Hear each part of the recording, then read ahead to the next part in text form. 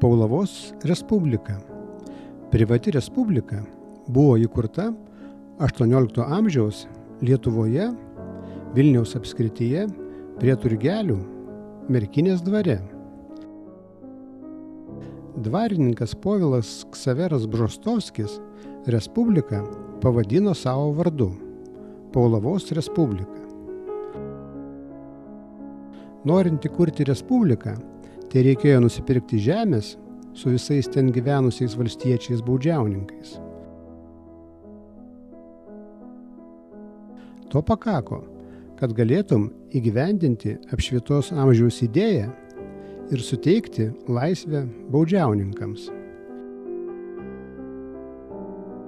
Iki visuotinio baudžiavos panaikinimo Lietuvos žemėse dar buvo likę 100 metų. Garsas apie Paulavos Respubliką nuskambėjo plačiai. Čia vykdavo turistai iš visų kraštų pažiūrėti į laisvus valstiečius, kurių gyvenimo taisyklės reglamentavo įstatymai. Šio meto Lietuvoje irgi netrūksta savotiškų respublikų, kurios vadinamos tėvonijomis. Jų valdovai nevadina tėvonijų savo vardais, bet jos garsėja tuo, kad įstatymai ten negalioja. Iš Paulavos Respublikos liko griuvėsiai.